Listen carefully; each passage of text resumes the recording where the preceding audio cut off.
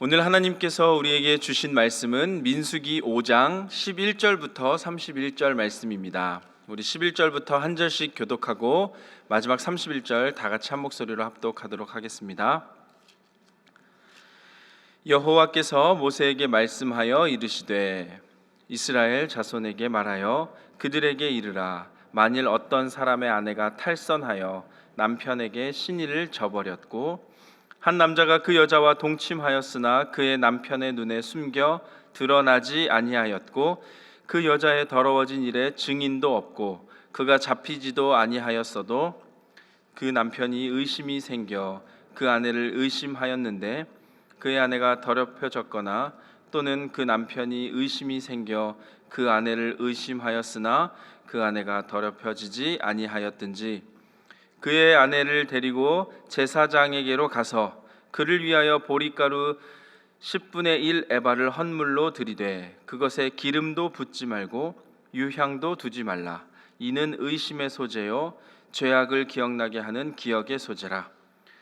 제사장은 그 여인을 가까이 오게 하여 여호와 앞에 세우고 토기에 거룩한 물을 담고 성막 바닥에 티끌을 취하여 물에 넣고 여인을 여호와 앞에 세우고 그의 머리를 풀게 하고 기억나게 하는 소재물 곧 의심의 소재물을 그의 두 손에 두고 제사장은 저주가 되게 할 쓴 물을 자기 손에 들고 여인에게 맹세하게 하여 그에게 이르기를 내가 내 남편을 두고 탈선하여 다른 남자와 동침하여 더럽힌 일이 없으면 저주가 되게 하는 이 쓴 물의 해독을 면하리라. 그러나 내가 내 남편을 두고 탈선하여 몸을 더럽혀서 내 남편 아닌 사람과 동침하였으면 제사장이 그 여인에게 저주의 맹세를 하게 하고 그 여인에게 말할지니라. 여호와께서 내 넓적다리가 마르고 내 배가 부어서 내가 내 백성 중에 저주거리 맹셋거리가 되게 하실지라. 이 저주가 되게 하는 이 물이 내 창자에 들어가서 내 배를 붓게 하고 내 넓적다리를 마르게 하리라 할 것이요 여인은 아멘 아멘 할지니라. 제사장이 저주의 말을 두루마리에 써서 그 글자를 그 쓴 물에 빨아 넣고 여인에게 그 저주가 되게 하는 쓴 물을 마시게 할지니 그 저주가 되게 하는 물이 그의 속에 들어가서 쓰리라. 제사장이 먼저 그 여인의 손에서 의심의 소재물을 취하여 그 소재물을 여호와 앞에 흔들고 제단으로 가지고 가서 제사장은 그 소재물 중에서 한 웅큼을 취하여 그 여자에게 기억나게 하는 소재물로 제단 위에 불사르고 그 후에 여인에게 그 물을 마시게 할지라. 그 물을 마시게 한 후에 만일 여인이 몸을 더럽혀서 그 남편에게 범죄하였으면 그 저주가 되게 하는 물이 그의 속에 들어가서 쓰게 되어 그의 배가 부으며 그의 넓적다리가 마르리니 그 여인이 그 백성 중에서 저주거리가 될 것이니라. 그러나 여인이 더럽힌 일이 없고 정결하면 해를 받지 않고 임신하리라. 이는 의심의 법이니 아내가 그의 남편을 두고 탈선하여 더럽힌 때나 또는 그 남편이 의심이 생겨서 자기의 아내를 의심할 때에 여인을 여호와 앞에 두고 제사장이 이 법대로 행할 것이라. 함께 읽겠습니다. 남편은 무죄할 것이요 여인은 죄가 있으면 당하리라. 아멘. 하나님의 말씀입니다. 오늘 본문은 요즘 우리가 보기에는 정말 이상하게 보이는 본문입니다. 논리적으로 맞지 않아 보이고 공평하거나 정당해 보이지도 않는 그런 말씀으로 가득합니다. 그러나 사실 이 본문은 하나님께서 이스라엘 백성을 얼마나 사랑하시는지, 그리고 특별히 약한 자나 힘없는 여인들을 얼마나 사랑하시는지, 그 백성 가운데 가장 부족한 한 사람 한 사람을 얼마나 사랑하시는지를 분명하게 알려주는 말씀입니다. 이 말씀을 우리가 눈앞에 두고 염두해야 될 것은 오늘날의 시선으로 바라보지 않아야 한다는 점입니다. 당시 문화적 관념이나 사회적 통념으로 이 본문을 봐야 합니다. 이 텍스트를 보기 위해서 그 텍스트가 쓰인 컨텍스트, 맥락을 보아야 하는 것입니다. 오늘과는 다르게 당시 고대 중동에서는 모든 것이 남성 중심이었습니다. 오늘날과 조금 다릅니다. 요즘은 아마 여성 중심인 것 같습니다. 우리 청년들을 보니까 자매들 앞에서 형제들이 센 척하지만 결국에는 꼼짝 못하더라고요. 그래서 당시에는 모든 것이 남성들 중심이었습니다. 매우 가부장적이고 매우 전통적이었습니다.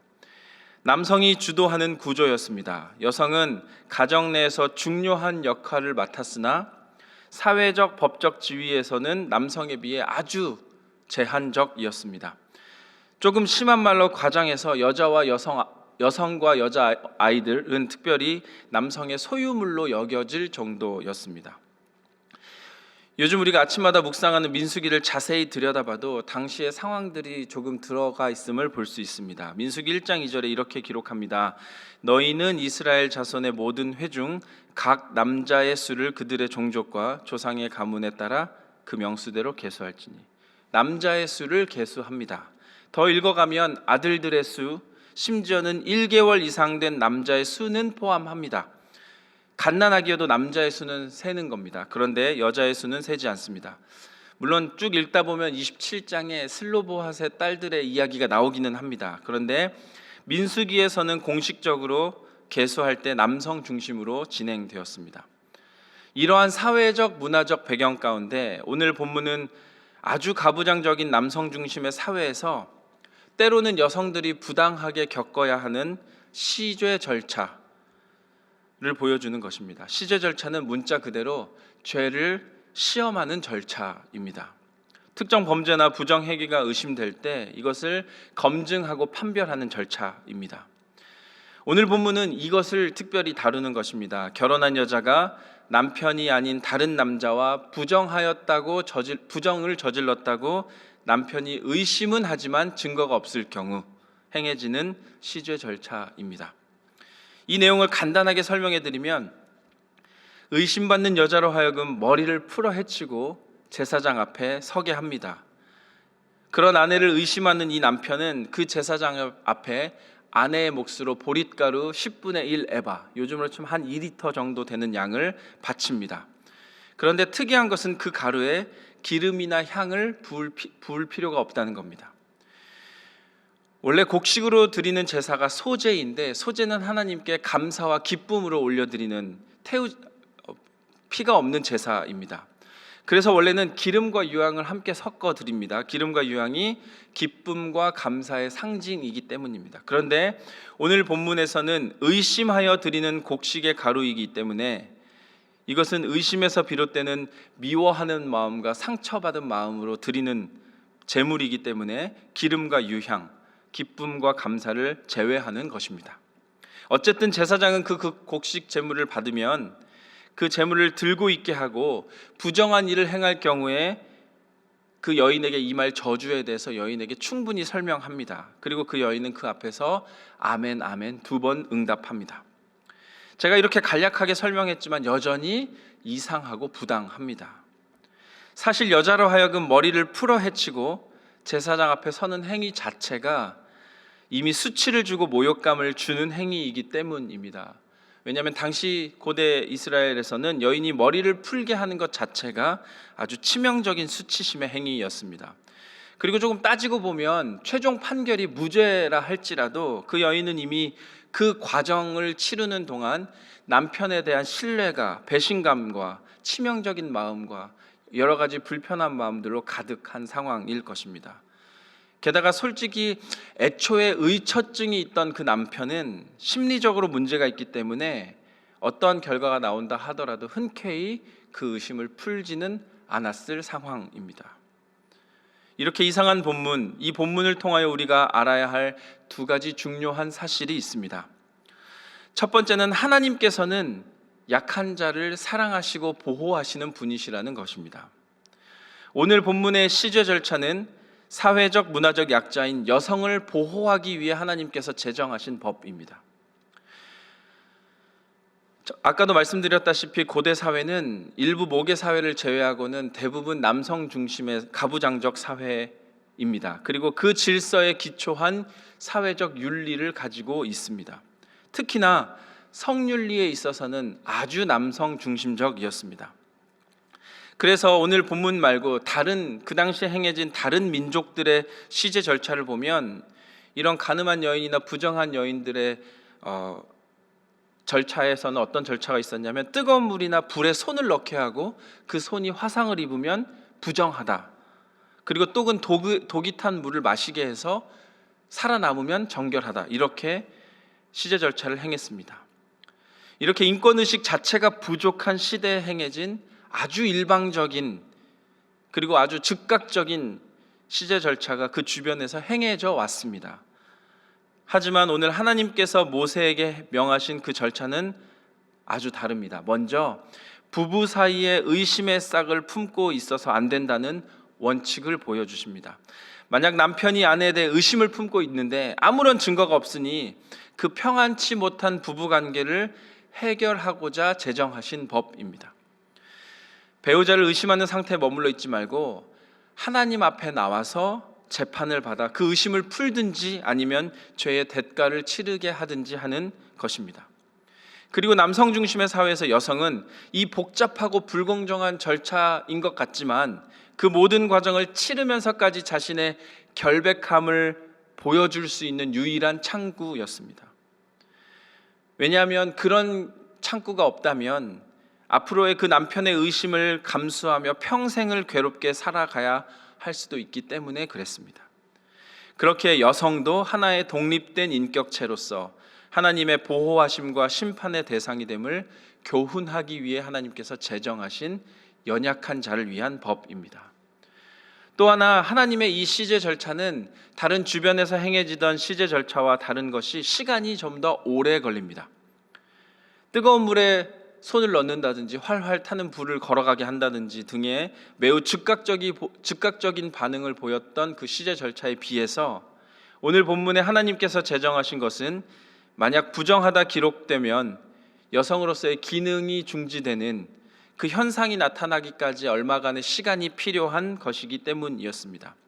그래서 엄밀히 말씀드리면 이 법은 모든 절차가 간음한 여인을 처벌하는 데 있지 않고 아내에 대한 남편의 의심을 해결하기 위해 제정하신 하나님의 은혜입니다.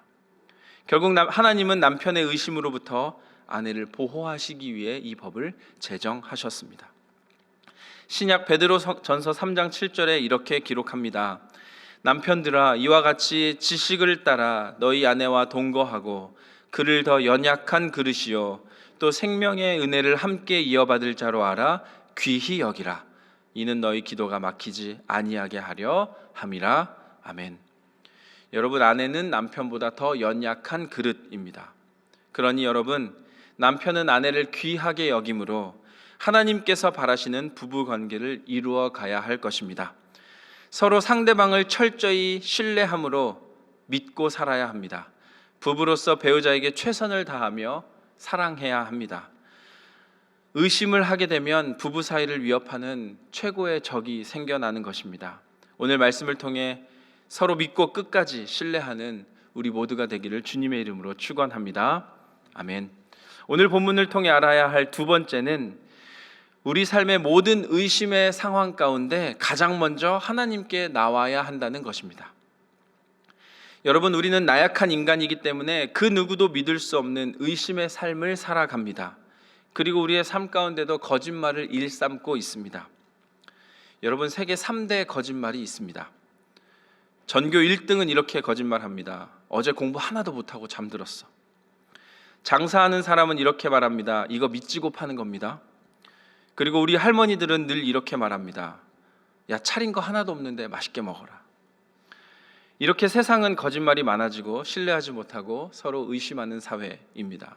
오늘 본문은 부부란 단순한 혈연 관계로 맺어진 것도 아니고 특정 목적을 위해 맺어진 것도 아니고 오직 사랑과 신뢰로 맺어진 관계, 하나님 뜻에 따라 한 몸을 이루기 위해 맺어진 관계임을 전제로 하는 말씀입니다. 그런데 그런 배우자의 의심이 생기면 그런 부부관계는 더 이상 정상적으로 유지될 수 없습니다. 이런 의심이 신뢰관계에 생겼을 때 우리는 가장 먼저 하나님께 나와야 합니다. 내가 해결하려고 하는 것이 아니라 또 내가 정죄하려는 것이 아니라 여호와 앞에 세워야 합니다. 오늘 본문 민수기 5장 16절을 우리 한번 같이 읽어보겠습니다. 제사장은 그 여인을 가까이 오게 하여 여호와 앞에 세우고, 아멘. 가까이 오게 하여 여호와 앞에 세워야 합니다. 여러분, 이것은 하나님께서 판결하신다라는 우리의 믿음의 전제입니다. 증거가 없는 부정에 대해 내가 스스로 정죄하거나 내 기준대로 판단할 것이 아니라 정확하게 판결하시는 분은 오직 하나님이심을 믿고 그 앞에 세우는 것입니다. 모든 인간사의 해결자 바로 하나님이심을 우리가 믿고 따라야 할 것입니다. 여러분, 그러나 우리는 대개 들리는 대로 보고 들리는 대로 판단합니다. 잘 알지도 못하면서 주변에서 이렇게 말하면 그렇게 바라봅니다. 그리고 의심하고 행동하게 됩니다. 그래서 믿을 수 없는 소문이나 비이성적인 여론몰이를 통해 특정인을 희생시키는 행위, 인터넷 공간에서 일어나는 비난하는 댓글들이 사실 범죄임을 우리가 삶 가운데 깨달아야 할 줄로 믿습니다. 우리 삶에서도 마찬가지입니다. 어떠한 의심과 미움과 또 정죄하는 마음이 생긴다면 내가 그것을 판단할 것이 아니라 여호와 앞에 세울 수 있는 그 믿음이 있어야 합니다. 또한 나에게 죄의 유혹이 찾아올 때 내가 여호와 앞에 서 있음을 또한 기억해야 합니다. 이러한 믿음의 의식이 나의 삶을 더욱 순결하고 거룩하게 유지할 수 있는 것입니다. 우리는 항상 여호와 앞에 서 있는 존재임을 깨닫는 저와 여러분이 되기를 주님의 이름으로 축원합니다. 아멘. 말씀을 정리하겠습니다. 여러분, 부부는 서로가 서로를 철저히 믿어주고 신뢰하는 관계입니다. 부부간의 사랑은 단순히 뜨겁게 타오르는 열정이 아니라 서로에 대해 대의를 지키는 순결함으로 완성됩니다. 하나님께서도 이스라엘의 가정이 이런 순결과 신의를 굳게 지킴으로 건강하고 거룩한 공동체가 되기를 원하셨습니다. 그러므로 여러분, 우리는 상대방을 의심하고 신뢰하지 못하는 태도와 마음을 버려야 합니다. 서로 사랑하며 믿음으로 끝까지 신뢰하는 우리 모두가 되어야 할 줄로 믿습니다. 무엇보다 하나님의 백성된 우리가 이 세상에서 순결한 주의 신부로서 그 정체성에 합당한 삶을 살아가시기를 주님의 이름으로 간절히 축원합니다. 아멘.